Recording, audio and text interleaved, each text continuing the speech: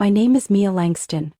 To my co-workers at Clair Medical Center, I'm just another office employee, third floor, in charge of insurance files and patient billing. The woman who brings lunch from home in reused glass containers, sometimes stopping by the nurse's lounge to reheat food in the clunky old microwave. I often joke that I'm the three-outfit woman, because I rotate the same 3 professional outfits year-round, arranged carefully to look like a full wardrobe. No one there knows I'm the only daughter of Von Langston, the man behind Langston Development, the real estate empire that owns a quarter of Houston's skyline. I'm 29 years old, and for the past 3 years I've lived as someone completely different, just to test the man I once believed was the love of my life, Tyler Morgan. Tyler is a med student at Baylor College of Medicine. Tall, intelligent, with a dazzling smile. We met when I was volunteering at a community health outreach. He caught a stack of folders I nearly dropped, and just like that, it began. After a month, I moved into a small apartment near campus to drive him to class each morning. After 3 months, I started transferring him $5,200 every term for tuition. After a year, I was covering nearly all our living expenses. And I never once regretted it. I believed that if love was real, it shouldn't be tied to money. I wanted Tyler to love Mia, the ordinary woman, not Miss Langston with a black card and a 7-figure trust fund. I built a life around a humble $1,100 a month salary, with a 1-bedroom apartment where the ceiling fan rattled every night. But behind that curtain was another world.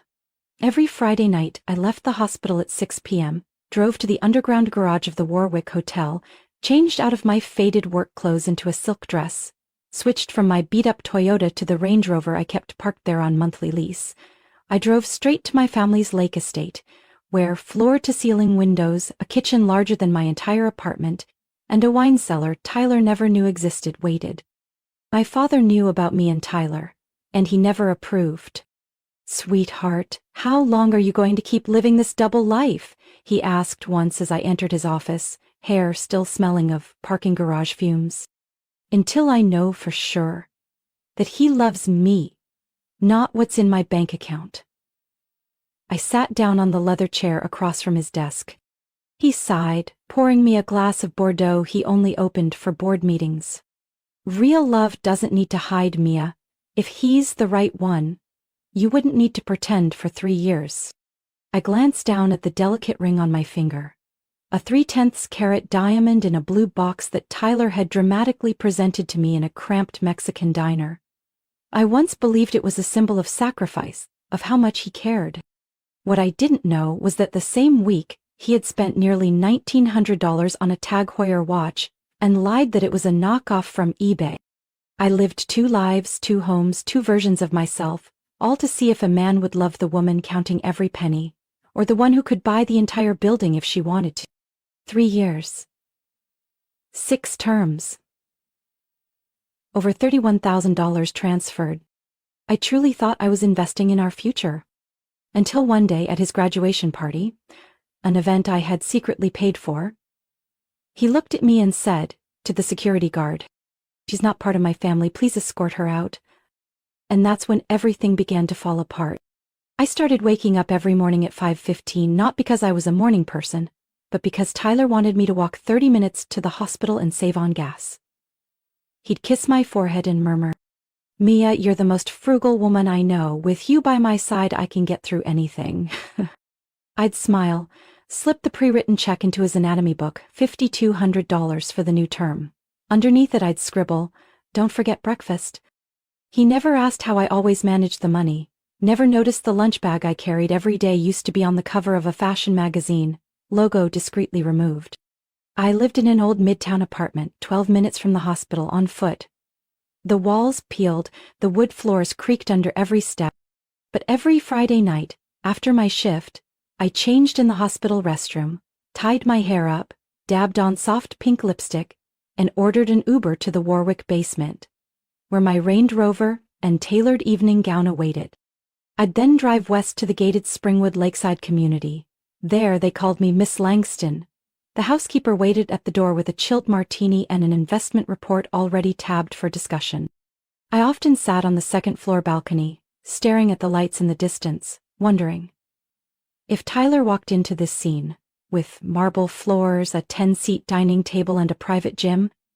Would he hold me because he loved me, or because he was overwhelmed?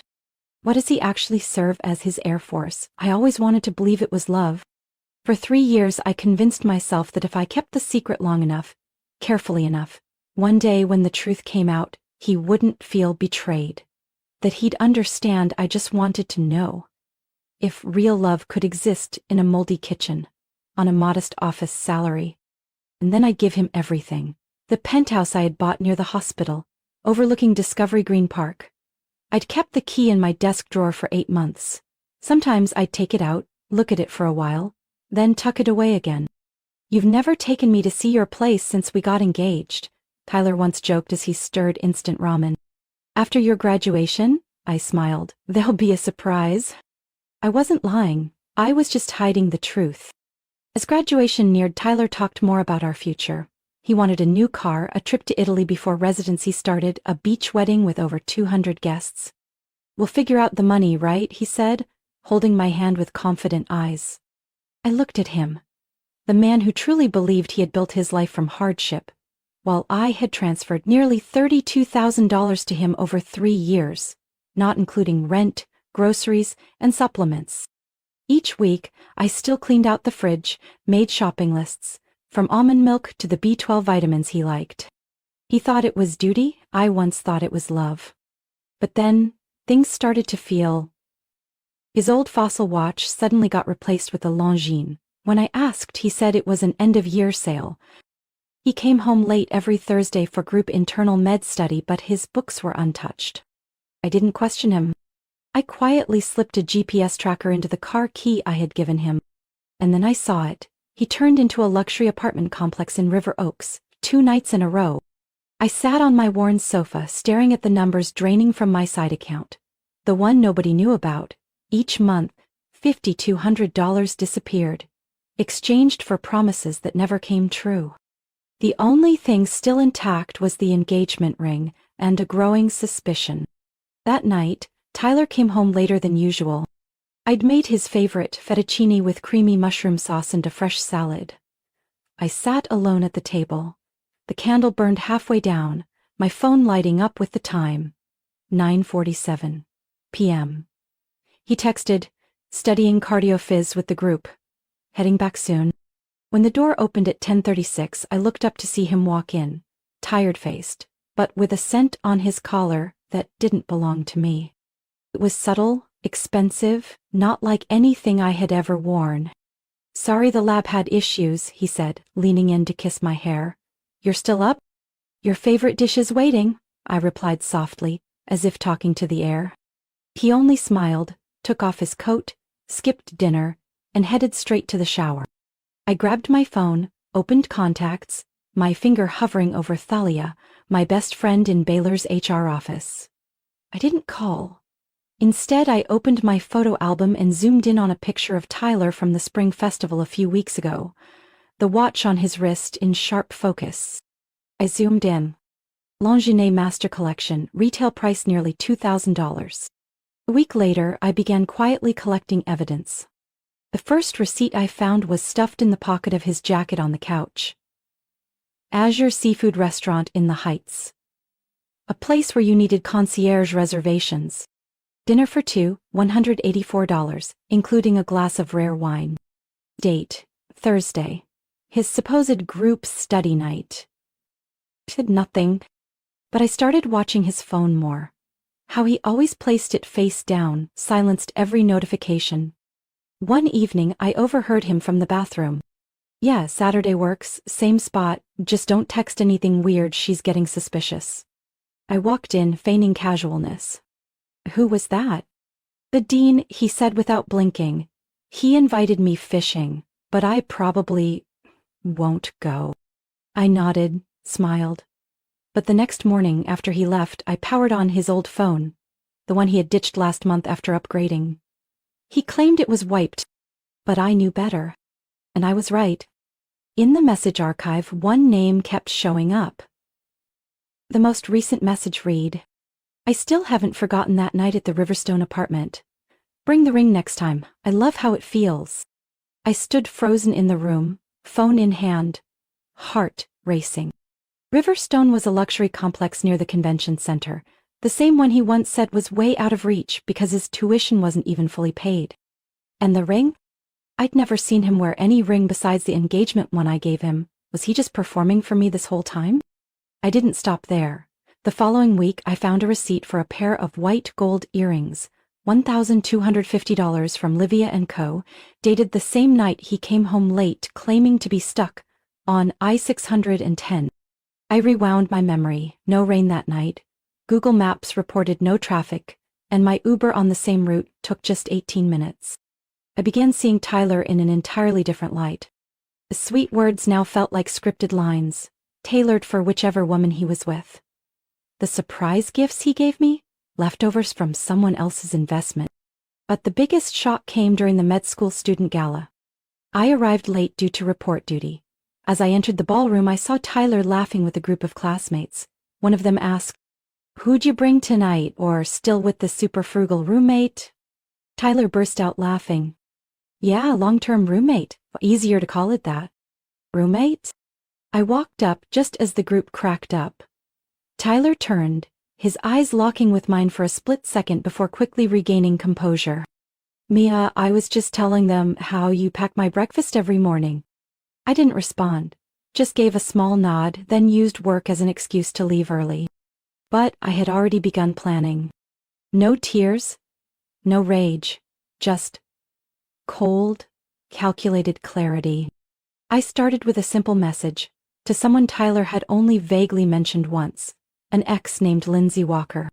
He told me they broke up because she was too controlling and jealous, that she once called the hospital over a suspicious message. Back then, I was naive enough to think he was the victim of a toxic relationship. Turns out, every bit of that jealousy had a reason. Lindsay agreed to meet at a small cafe in Montrose. She wore a crisp white blouse, hair in a tight bun, her gaze cautious as I approached. But after a few sentences the air shifted. "I've seen your photo," she said, "in his wallet, on his phone. You're the fiancé?" "Not anymore," I said quietly, setting my latte down. "I need to know if what I suspect is true." Lindsay let out a dry, bitter laugh. "Let me guess, he told you he was struggling financially, needed someone who believed in him, right?" I nodded. "How much have you given him?" "Almost $33,000, I exhaled. Lindsay raised her eyebrows, then pulled out her phone. With a few swipes, she brought up a photo. An old Excel screenshot from her laptop. "I found this back when we were living together," she said quietly. "He was tracking everything, financial input, like we were some sort of projects. I only saw a few rows before he caught on and deleted it." I leaned in. Column A listed names: Emily, Nora, Lindsay. Column B, investment duration. Column C, total support. Column D, status, transitioning, near end, completed. A chill crept down my spine. I didn't want to believe it, but then I found out he had another Venmo account under an alias, getting money from a woman named Zoe. I even kept a photo of a wedding ring receipt. And it wasn't for me. I clenched my hands. "Do you know who Zoe is?" "No, but I know a Clarissa. She's a nurse, used to work with Tyler. Heard she transferred hospitals after rumors she broke up someone's relationship, but I know he made that up." That night, while Tyler slept, I quietly took the spare key he kept under his vitamin jar. I unlocked the bottom drawer of his filing cabinet, the one he always kept locked, calling it student intern paperwork. There were no files, just a slim, black leather notebook, light in weight but heavy with intent. I opened the first page. It wasn't a journal, just cold, methodical lists, like reading someone's personal investment portfolio. Page 1, Emily, dental assistant, $18,400. Relationship ended after 9 months. Transition to Lindsay. Page 2. Lindsay, clinic coordinator, $25,200. Considered stable, high commitment. Started asking long-term questions. Terminated early. Page 3. Mia, hospital administrator, $32,100. High support potential. No suspicion. No close family ties. Currently engaged.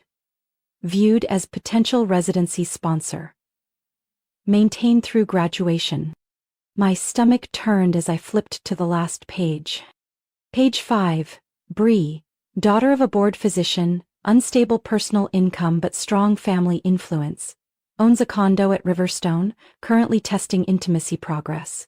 Evaluation. Viable replacement for Mia if residency path succeeds. I closed the notebook, my hands trembling. He didn't love me. I was just a long-term investment. And now, with a new stock offering higher returns, he was getting ready to liquidate me from his life. I didn't scream. I didn't cry.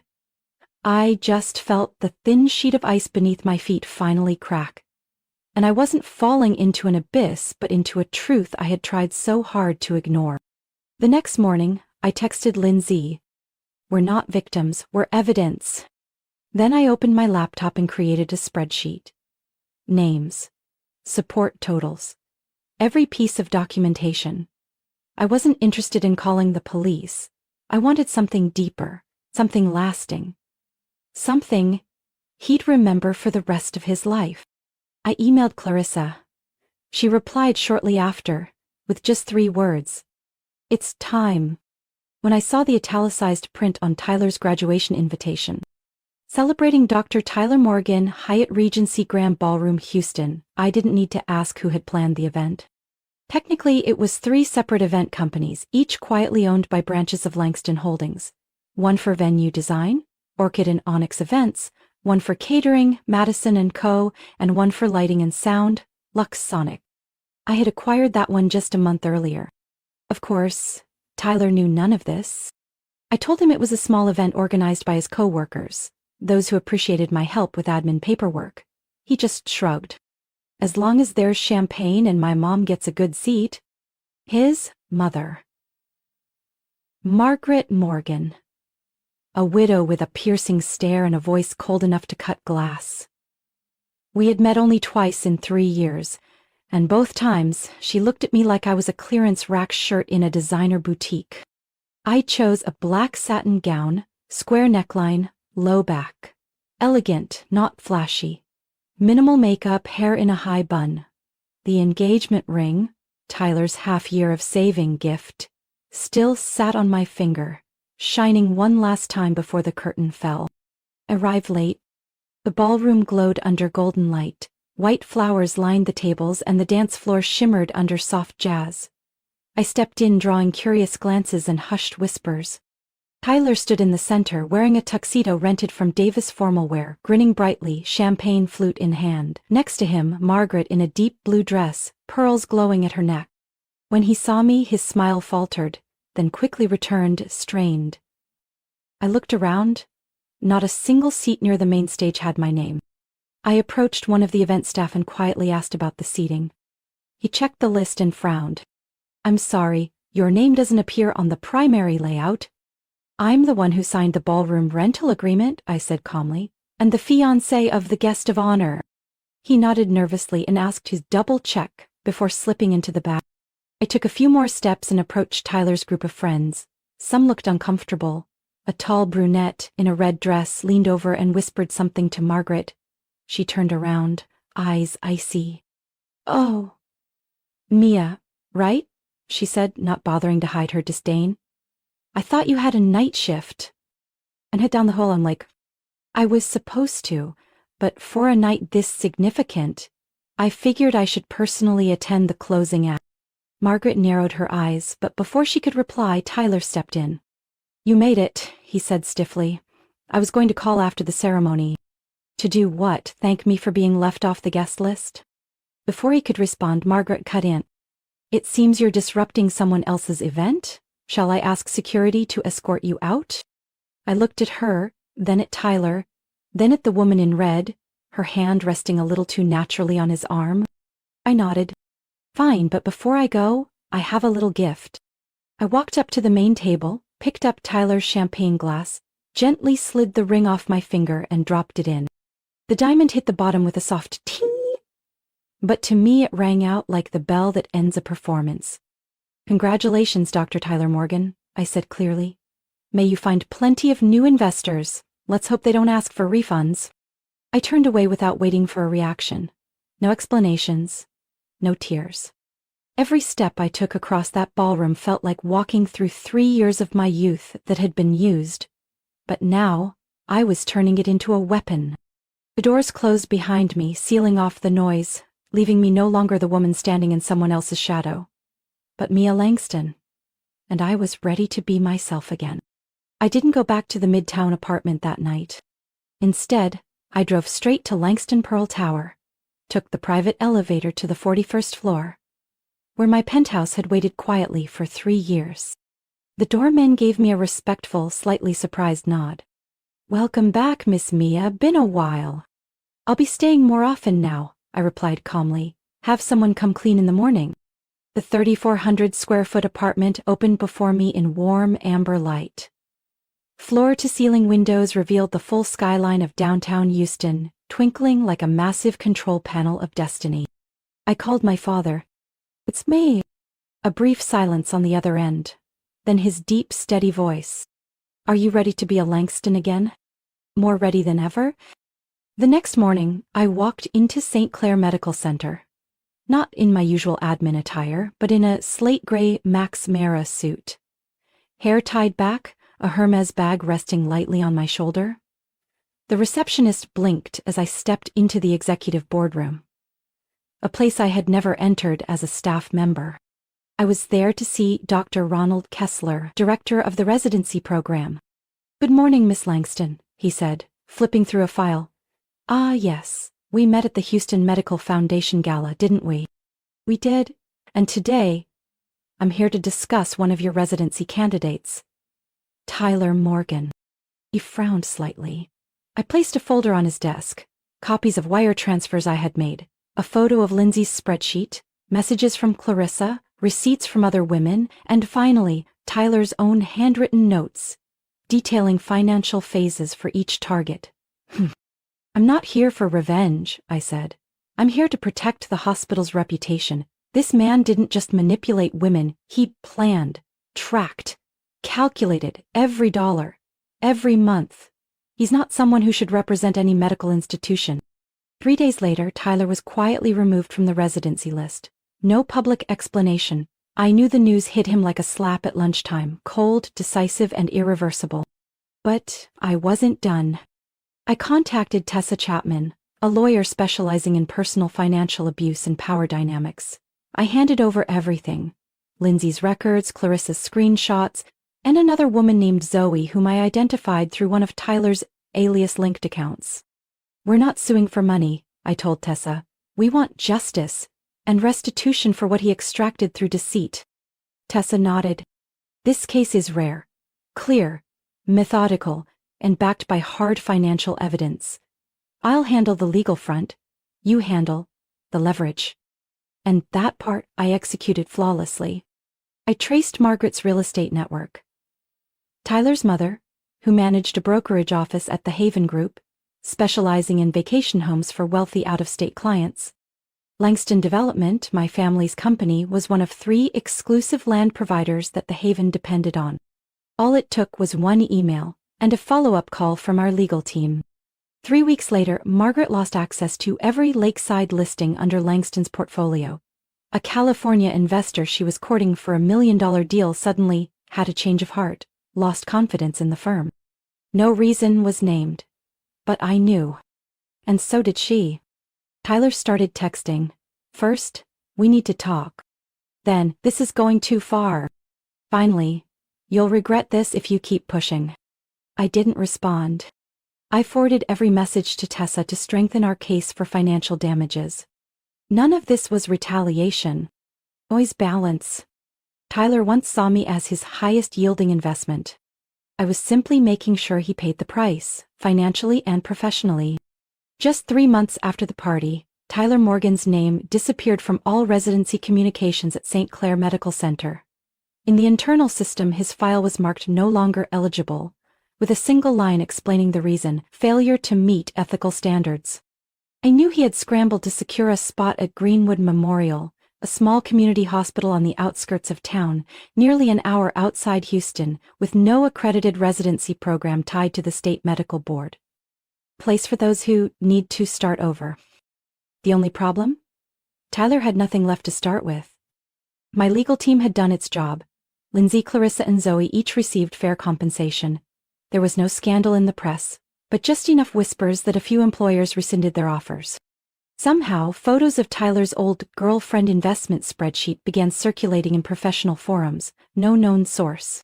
I didn't need a public war, I just needed people to remember the name Tyler Morgan as a cautionary tale.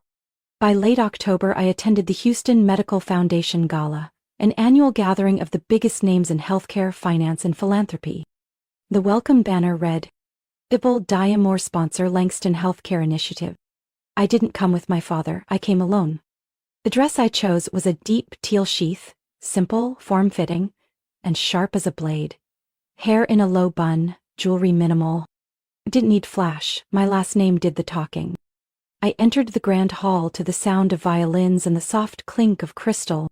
Several attendees greeted me with handshakes, well wishes, and congratulations on officially becoming Chief Financial Officer of the Langston Foundation, tasked with reinvesting in ethical, transparent residency programs.